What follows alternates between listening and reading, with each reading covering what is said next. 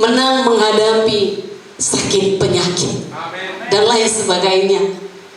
Itu berarti kita harus memiliki mental yang kuat, tidak mudah menyerah, tidak mundur atau tidak tawar hati melihat keadaan dunia yang semakin mencekam.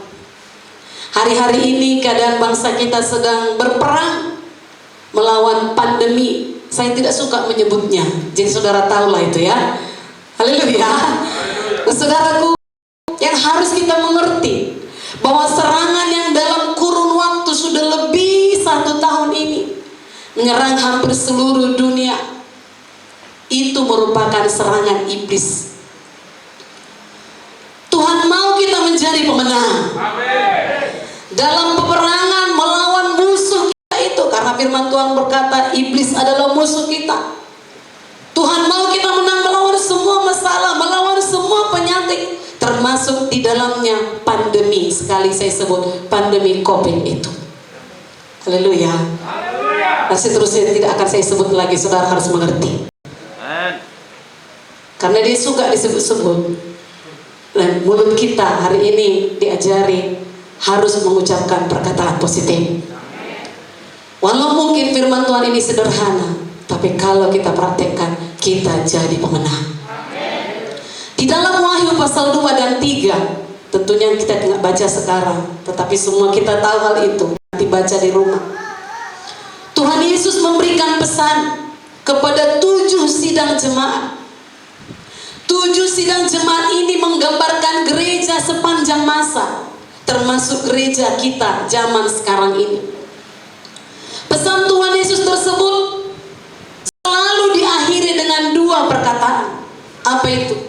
Yang pertama dikatakan, barang siapa bertelinga, hendaklah mendengarkan apa yang dikatakan Roh kepada jemaat-jemaat. Dan perkataan kedua, di semua pesan kepada 7 gereja itu, barang siapa menang. Haleluya. Jadi Tuhan gak suka kita kalah. Barang siapa menang, Tuhan Yesus akan memberikan upah. Dan intinya upah itu adalah hak penuh masuk kerajaan surga. Hal yang harus kita lakukan agar kita tampil sebagai pemenang, yang pertama disebut tadi, telinga yang mendengar. Mendengar apa? Mendengar firman dan melakukannya dengan sungguh-sungguh. Mengapa Tuhan menciptakan kita dengan 2 telinga, sedangkan mulut hanya 1? Bayangkan jika ada 2 mulut dan 1 telinga. 1 mulut saja sudah sering bikin masalah kalau tidak dijaga baik-baik. Haleluya. Mulut hanya 1 saja sudah bisa membuat orang lebih mementingkan untuk didengar daripada mendengar. Bayangkan kalau 2. Orang lebih tertarik berbicara, tapi tidak begitu berminat mendengarkan. Tapi kita di sini semua suka mendengar firman. Telinga dipasang Tuhan di kiri dan kanan agar kita mau lebih banyak mendengar daripada berbicara. Segala yang diciptakan Tuhan itu baik adanya. Karena itu juga Tuhan memberi sepasang telinga, maka itu pun pasti punya tujuan, dan itu pasti demi tujuan yang baik. Mendengar merupakan permulaan. Ya, sebentar Bapak Ibu.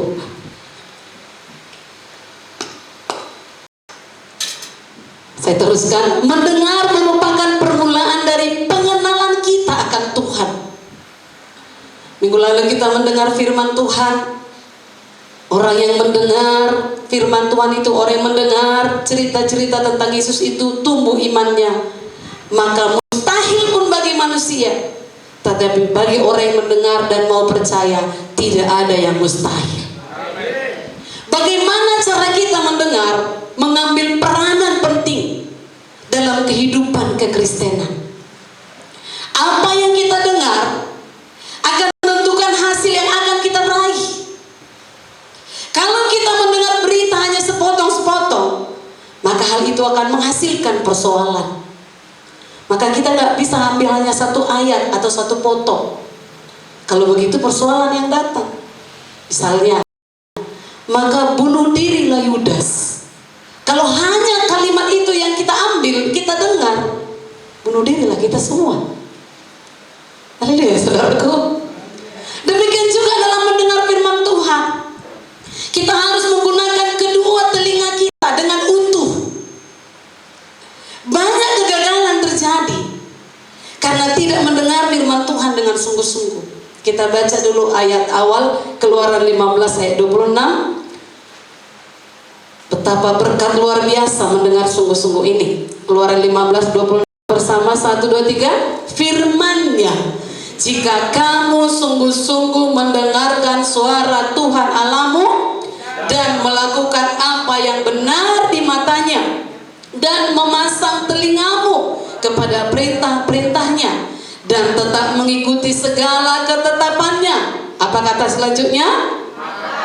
Tidak akan menimpakan kepadamu penyakit manapun yang telah kutimpakan kepada orang Mesir, sebab akulah Tuhan yang menyembuhkan engkau. Wow. Haleluya. Saudaraku, penyakit manapun yang ditimpakan itu 10 tulah. Yang paling parah mati, betul? Nah, saudaraku, di sini kata sungguh-sungguh mendengar dari bahasa aslinya sama. Artinya mendengar dengan menggunakan telinga kanan dan telinga kiri. Dan yang terdengar itu adalah firman Tuhan, bukan fakta dunia ini. Itu sungguh-sungguh. Kalau kita masih mendengar fakta dunia ini, lalu kita ketakutan karenanya, itu belum sungguh-sungguh dengar firman. Tapi yang diartikan di sini bahasa aslinya sungguh-sungguh mendengar, saya ulang. Artinya mendengar dengan menggunakan telinga kanan dan kiri, dan yang terdengar itu adalah firman Tuhan, bukan fakta dunia ini. Haleluya.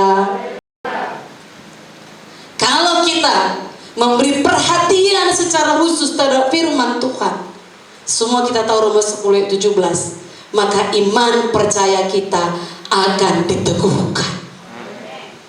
Itu yang pertama. Dan itu yang diminta Tuhan, mendengar sungguh-sungguh dan lakukan dengan setia. Apapun fakta dunia ini di sekeliling kita, telinga kita tertutup untuk itu. Yang kita dengar adalah Tuhan menolong kita. Yang kedua, memperkatakan firman Tuhan dengan penuh otoritas. Ini dia, banyak orang memang dikatakan juga tapi nggak berotoritas.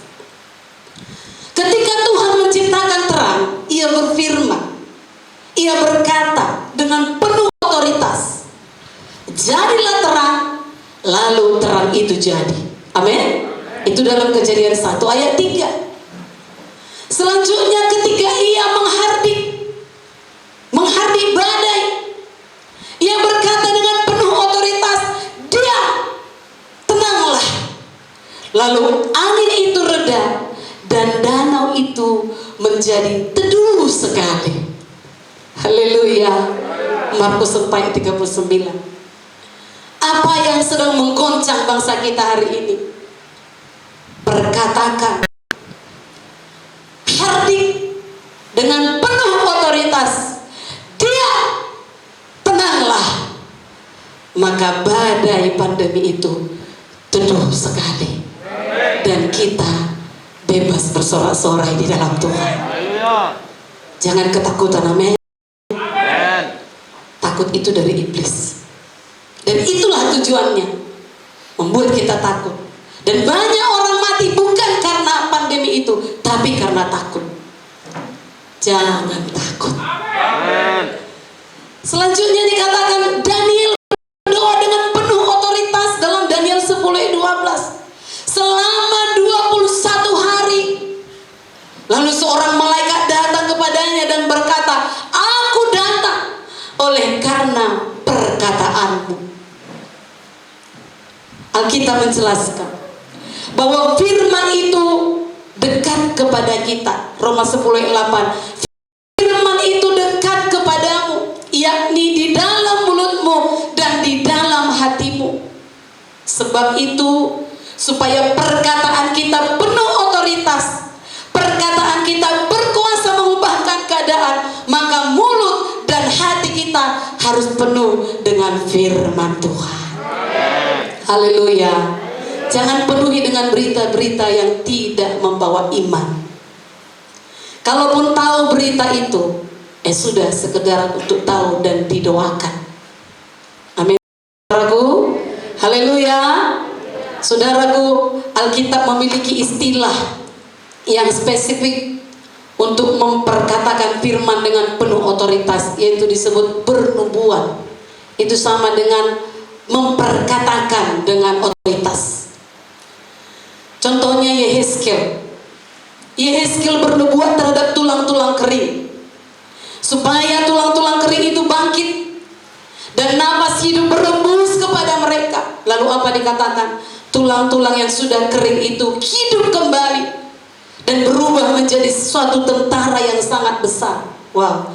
Saya bacakan Yehezkiel 37 ayat 9 sampai 10. Maka firman-Nya kepadaku, bernubuatlah kepada nafas hidup itu. Bernubuatlah, hai anak manusia, dan katakanlah kepada nafas hidup itu, beginilah firman Tuhan Allah. Hai nafas hidup, datanglah dari keempat penjuru angin dan berembuslah ke dalam orang-orang yang terbunuh ini, supaya mereka hidup kembali. Lalu aku bernubuat seperti diperintahkannya kepadaku, dan nafas hidup itu masuk di dalam mereka, sehingga mereka hidup kembali. Maka mereka menjejakkan kakinya suatu tentara yang sangat besar. Haleluya. Bila kehidupanmu terasa kering, berkatakanlah firman. Bila bisnismu terasa kering, bila mata pencaharianmu terasa kering, bila ekonomimu sedang kering, mulailah bernubuat. Mulailah memperkatakan firman Tuhan dengan penuh otoritas, supaya nafas kehidupan itu menghidupkan, supaya nafas hidup itu mengubahkan dari yang kering menjadi melimpah. Haleluya. Contoh berikutnya ada Daud. Semua kita tahu, Daud tidak bicara tentang masalah, tetapi bicara kepada masalah. Dalam 1 Samuel 17 ayat 24 sampai 25 Alkitab, saudara, ketika semua orang Israel melihat orang itu, larilah mereka daripadanya dengan sangat ketakutan. Berkatalah orang-orang Israel itu, sudahkah kamu lihat orang yang maju itu? Sesungguhnya ia maju untuk mencemoohkan orang Israel. Orang Israel terus-menerus bicara tentang masalah yang mereka hadapi. Apa itu? Goliat. Goliat yang mencemoohkan mereka. Berbeda dengan Daud. Daud tidak membicarakan Goliat, tapi Daud berbicara pada Goliat bahwa Tuhan yang sembah lebih besar dari Goliat yang ia hadapi. Ini yang perlu sekarang. Jangan bicarakan tentang yang saya katakan tadi, yang melanda negeri kita, bahkan seluruh dunia. Berkatalah kepadanya bahwa Tuhan kita lebih dahsyat daripadanya. 1 Samuel 17:45 berkata, tetapi Daud berkata kepada orang Filistin itu. Dia nggak ikut-ikut menceritakan betapa hebatnya Filistin itu, enggak. Tapi dia berkata pada orang Filistin itu, 1 Samuel 17:45, engkau mendatangi aku dengan pedang dan tombak dan lembing, tetapi aku mendatangi engkau dengan nama Tuhan semesta alam, Allah segala barisan Israel yang kau tantang itu. Ini pelajaran kepada kita. Berhenti berbicara tentang masalah, tetapi berbicaralah kepada masalah bahwa Tuhan kita lebih besar dari masalah kita. Katakan, Tuhan saya lebih besar dari masalah saya. Haleluya. Karena Amsal 18 ayat 21 berkata, hidup dan mati dikuasai, siapa suka menggemakannya akan memakan buahnya. Terjemahan bahasa Indonesia sehari-hari berkata begini, lidah mempunyai kuasa untuk menyelamatkan hidup atau merusaknya. Orang harus menanggung akibat ucapannya. Sangat jelas dikatakan. Ada sebuah kesaksian saya baca dalam buku Joel Osteen. Ini sudah lama kesaksiannya. Nama ibunya Ibu Dodi Osteen. Ibunya pendeta Joel Osteen. Mungkin kalau saudara lihat di YouTube, Joel Osteen itu sangat luar biasa ya. Dia divonis dokter mengidap penyakit kanker hati. Tetapi dalam kesehariannya ia mengucapkan janji-janji Tuhan tentang kesembuhan. Kalau dalam buku Joel Osteen itu dikatakan semua ayat-ayat kesembuhan memenuhi kamarnya. Sampai di cerminnya juga, bahkan sampai di kamar mandi juga penuh dengan ayat-ayat kesembuhan. Mazmur 118 ayat 17 salah satu ayat favoritnya. Dia berkata, aku tidak akan mati tetapi hidup. Mazmur 118 ayat 17. Dan aku akan menceritakan perbuatan-perbuatan Tuhan. Dikatakan lagi 1 Petrus 2 ayat 24 yang biasa kita hafal semua itu mungkin akhirnya aja ya, tapi awalnya dikatakan ia sendiri telah memikul dosa kita di dalam tubuhnya di kayu salib, supaya kita yang telah mati terhadap dosa hidup untuk kebenaran. Oleh bilur-bilurnya itu selalu diucapkannya, diperkatakannya. Satu lagi yang biasa kita deklarasikan, Mazmur 91 ayat 16. Dengan panjang umur akan kukenyangkan dia, dan akan kuperlihatkan kepadanya keselamatan daripadaku. Itu yang selalu diucapkannya. Dan banyak lagi ayat kesembuhan lainnya yang diucapkannya. Bahkan saudaraku, dia tidak membayangkan dia akan mati. Yang dia bayangkan hal indah-indah. Melayani Tuhan, menyembah Tuhan, bersaksi, itu yang dibayangkannya. Dan banyak lagi saudaraku. Dan kemudian dia bersaksi. Karena sering diucapkan dengan iman, maka kesembuhan bekerja dalam tubuhnya. Dan dia sembuh. Bahkan setelah divonis masih hidup 35 tahun berikutnya. Haleluya. Betapa dahsyat kuasa perkataan, amin. Saya juga mengalaminya. Jadi bukan hanya kesaksian orang lain. Amin saudaraku. Saya percaya saudara juga semua punya kesaksian. Dan ingat itu kembali. Jangan karena situasi ini lalu kita semua ketakutan. Jangan. Nah, saya divonis, dikatakan dokter gak akan bisa punya anak. Tapi kami berdoa suami istri, kami minta kasih karunia Tuhan. Dan kemudian memang mengandung. Dan diperiksakan ke dokter, dokter bilang ini rentan, sangat mungkin untuk keguguran. Kenapa? Karena ada tumbuh lebih besar daripada kepala bayi. Itu namanya myom, saudara tahu itu. Tapi kami berdoa, kami ucapkan firman seperti ini tadi. Tiap hari mengucapkan kata firman. Tiap bulan diperiksa, dokter berkata masih rentan, masih mungkin keguguran. Terus lagi beriman, terus lagi memperkatakan firman. Menjelang sebulan lagi untuk lahir, dokter berkata sangat kecil. Berdoa lagi. Setiap air minum diminum, dalam nama Yesus menjadi kehidupan bagi anakku. Anakku tidak kecil. Dalam nama Yesus telur pun dimakan, telur menjadi berkat. Haleluya. Dan pada akhirnya dia lahir 3,4. Padahal dikatakan dokter sangat kecil. Saya pikirlah hanya 2 kilo saja. Itu kuasa perkataan. Amin saudaraku. Firman Tuhan berkata dalam Bilangan 14 ayat 28, bahwasanya seperti yang kamu katakan di hadapanku, demikianlah akan kulakukan kepadamu. Ayat B-nya ya. Bahwasanya seperti yang kamu katakan di hadapanku, maka katakanlah di hadapan Tuhan yang positif. Demikianlah akan kulakukan kepadamu. Seperti apa yang kita katakan di hadapan Tuhan. Waktu kita berdoa, katakanlah firman. Katakanlah hal yang benar, amin. Yang dikatakan firman Tuhan ini demikianlah Tuhan akan melakukannya kepada kita. Banyak anak Tuhan hidup dalam kegagalan, kekurangan, kekalahan, kekecewaan, karena mereka mengucapkan ucapan-ucapan yang kalah, yang negatif.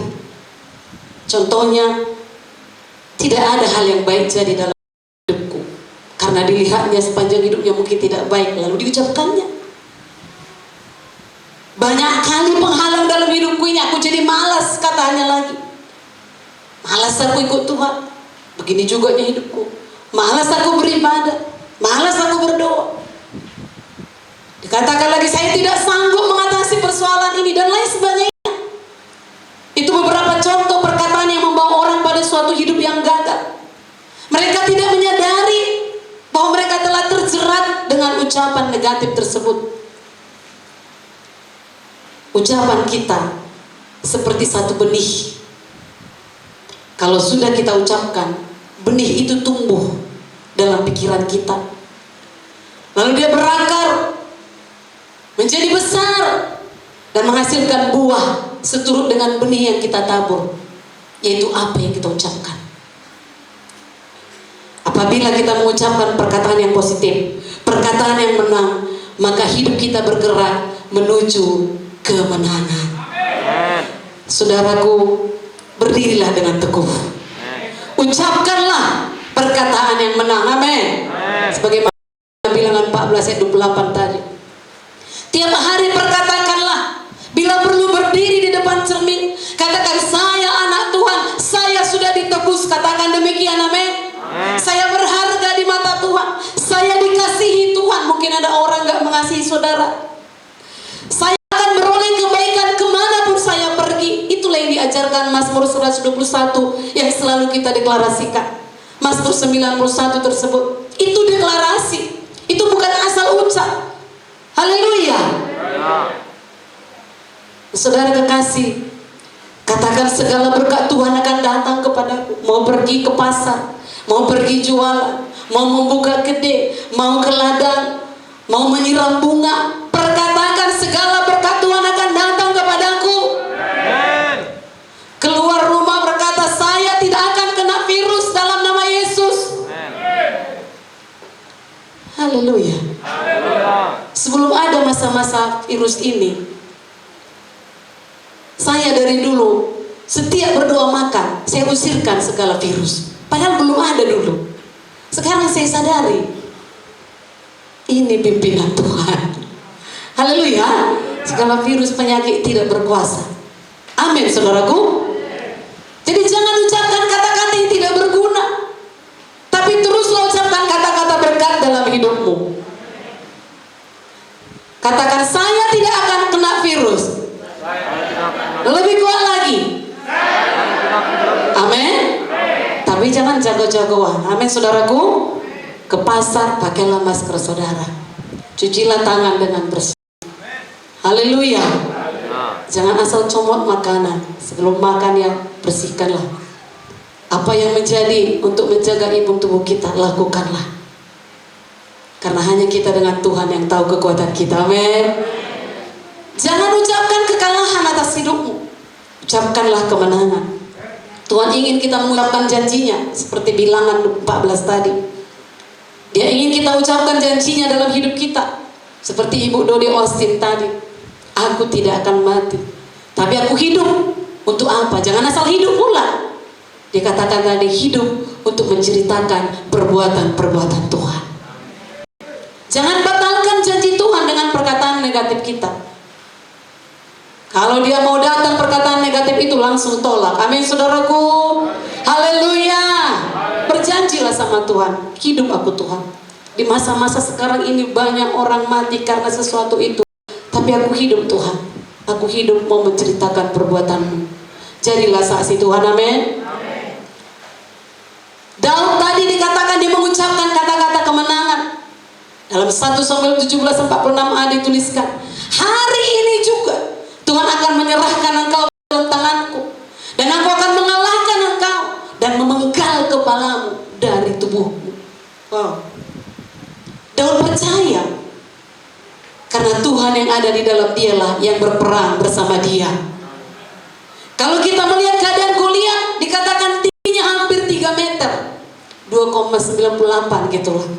Ya di hasta katanya dituliskan di situ, tapi kalau dia akan diubah ke meter itu dia hampir 3 meter tingginya. Baju cirahnya beratnya 50 kilogram. Wow. Mata tombaknya hampir 7 kilogram. Itulah bayangkan yang dihadapi Daud.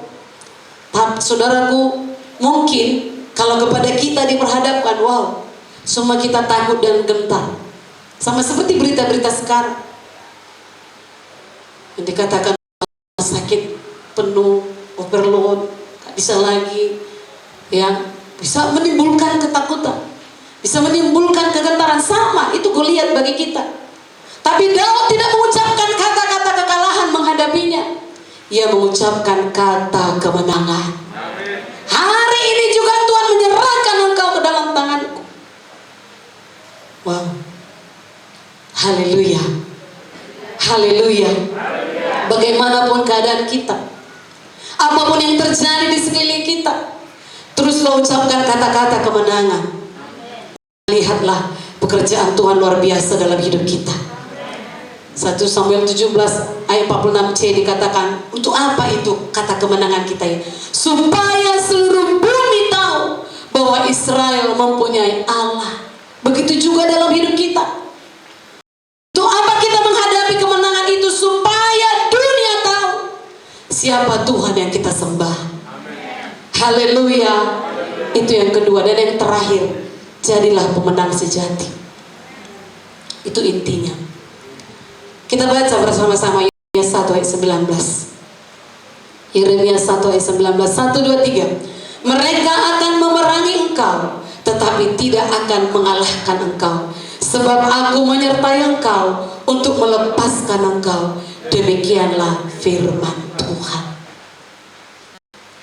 Bukan tidak ada peperangan, bukan tidak ada musuh. Mereka akan memerangi engkau. Inilah yang harus kita percayai, bahwa apapun yang datang memerangi kita saat ini, apakah itu masalah ekonomi, apakah itu penyakit termasuk yang sedang ditakuti banyak orang saat ini yang tidak mau saya sebut-sebut lagi, itu tidak akan mengalahkan kita, karena Tuhan menyertai kita dan melepaskan kita dari semua itu. Amin. Percaya? Dan untuk menang, kita memerlukan latihan. Saya bacakan 1 Timotius 4 ayat 7b dan 8. Latihlah dirimu beribadah. Latihan badani terbatas gunanya, tetapi ibadah itu berguna dalam segala hal, karena mengandung janji, baik untuk hidup ini maupun untuk hidup yang akan datang. Ini berbicara tentang kedisiplinan rohani, bahwa disiplin untuk melatih diri beribadah akan membawa keuntungan bagi kita, bagi kehidupan rohani kita, berguna dalam segala hal, mengandung janji baik untuk hidup sekarang maupun untuk hidup yang akan datang. Sementara latihan badani hanya membawa keuntungan fisik kita. Seorang atlet bisa saja berlatih sedemikian keras, serius, hingga meraih juara, namun itu hanya tujuan di tujuan yang tidak kekal. Sehebat-hebatnya prestasi seseorang, sejago-jagonya fisik seseorang, ingat dan ketahuilah, saat nanti, saudaraku, suatu saat nanti, maksud saya, pasti akan berkurang juga kekuatannya. Betul? Biar bagaimanapun, tubuh jasmani kita kekuatannya pasti menurun seiring dengan bertambahnya usia. Sekarang saatnya kita melatih diri untuk beribadah, karena dengan demikian kita akan dibuatnya kuat, dibuatnya bertahan, bukan hanya di dunia, tapi sampai kekekalan. Manusia rohani kita perlu dilatih secara teratur supaya kuat. Amin, saudaraku. Beribadah adalah latihan untuk manusia rohani kita. Karena itu Ibrani 10:25 berkata, janganlah kita menjauhkan diri dari pertemuan-pertemuan ibadah kita, seperti dibiasakan oleh beberapa orang. Tetapi marilah kita saling menasihati, dan semakin giat melakukannya menjelang hari Tuhan yang mendekat. Dunia sudah terbalik. Jangan beribadah katanya. Firman Tuhan berkata, jangan menjauhkan diri. Jadi pikirkanlah dari mana itu. Itulah yang saya katakan tadi, serangan iblis. Membuat manusia menjadi terbalik. Saudaraku, mari kuat. Haleluya. Sering dijumpai orang-orang Kristen yang tidak disiplin. Tidak disiplin rohani. Dia hanya berdoa, dia hanya baca Alkitab, dia hanya beribadah pada situasi dan kondisi tertentu. Ketika sedang menghadapi masalah, pergumulan hidup yang berat, barulah mereka mengerjakan perkara rohani. Tapi begitu keadaan sudah beres, tampak normal, perkara-perkara rohani tidak lagi menjadi hal yang prioritas. Atau sebaliknya, kebanyakan orang Kristen demikian, maka banyak yang kalah. Mari kita melatih manusia rohani kita lebih dari latihan badania. Amin. Karena ada berkat, ada damai sejahtera, ada pemulihan, ada sukacita, ada kemenangan. Terlebih lagi mahkota kehidupan dan surga yang kekal telah disediakan Tuhan sebagai upah. Haleluya. Sederhana saja, berdoa dengan tekun, baca Alkitab, tidak asal baca, dengar sungguh-sungguh, renungkan, puji dan sembah Tuhan, beribadah dengan sungguh-sungguh, melayani sesuai talenta. Gak dipaksakan harus ini harus itu. Apa talenta kita? Hanya senyum saja talenta kita, senyumlah pada semua orang, supaya orang itu tertarik kepada Yesus. Haleluya. Murah hati talenta kita, murah hatilah, tolong orang-orang kekurangan. Siapa sekarang ini misalnya kita lihat, karena situasi ini harus tutup kedai, gak ada penghasilan, sebagian ada yang punya, murah hatilah. Haleluya. Itu adalah program-program latihan rohani yang harus kita kembangkan sampai kedatangan Tuhan kelak. Sedikit lagi, Mazmur 84 ayat 2 berkata, betapa disenangi tempat kediaman-Mu, ya Tuhan semesta alam. Dunia menjauhkan kita dari kediaman Tuhan, dari bait Tuhan. Tapi firman Tuhan ini berkata, betapa disenangi tempat kediaman-Mu. Mari senang beribadah, mari senang berdoa, mari senang melayani. Haleluya saudaraku. Kesukaan Daud adalah berada di bait Tuhan. Maka dia, Goliat pun datang, menang dia. Disitulah ia menemukan hadirat Tuhan. Ayat 3-nya berkata, jiwaku hancur karena merindukan pelataran-pelataran Tuhan. Ada orang gak ibadah pun gak masalah, gak berdoa pun gak masalah. Daud, jiwaku hancur merindukan pelataran Tuhan. Biarlah itu yang menjadi kerinduan kita. Gak damai kalau gak berdoa, gak damai kalau gak baca firman, gak damai kalau gak memuji menyembah Tuhan. Haleluya. Penting sekali untuk mendisiplinkan diri dalam hal-hal rohani, karena disiplin rohani itu sangat bermanfaat bagi kesehatan rohani kita. Jika kita sehat rohani, saudaraku, pondasi hidup pun akan semakin kuat. Maka seberat apapun badai kehidupan menerpa, kita akan tetap tegak berdiri dan tak tergoyahkan.